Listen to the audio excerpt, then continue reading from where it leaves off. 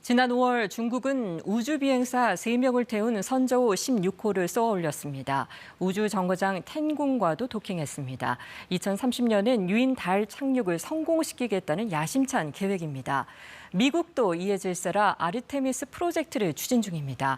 2025년에 달에 사람을 보내서 인간이 살 수 있는 기지를 건설하겠다는 거죠. 우주를 제패해야 세계를 제패한다. 세계 각국의 우주 개발 경쟁이 치열한 이유입니다. 우리나라도 실제 상용 위성을 실은 누리호 발사에 성공했지만 아직도 갈 길이 멉니다. 정부가 한국판 나사로 불리는 우주항공청 설치를 추진한 이유입니다. 오늘 우주항공청에 대한 청사진이 공개됐습니다. 하지만 그 위상을 놓고 여야가 첨예하게 대립하고 있어 실제 출범까지는 상당한 시일이 걸릴 것 같습니다. 김유대 기자입니다. 한국판 나사 우주항공청 추진을 위한 정부의 청사진이 발표됐습니다. 조직은 발사체와 인공위성, 우주탐사, 첨단 항공 부문 등으로 구성한다는 계획입니다.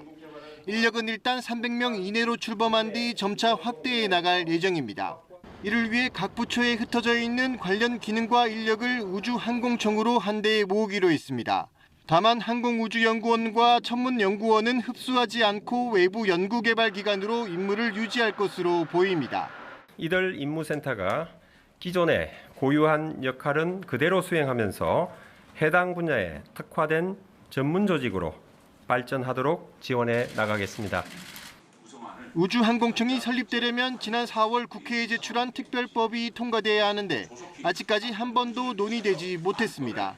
정부 여당은 과기정통부 산하로 우주항공청을 신속히 설치해야 한다는 입장이지만 야당은 대통령 직속으로 위상을 강화해야 한다고 맞서고 있습니다. 이제라도 시작하지 않으면 우리는 세계 우주항공 분야를 선도하기는커녕 우주항공 산업의 OEM이나 받는 후진국으로 전락할 것입니다. 조직은 엉성하고 기능은 모호하기만 합니다.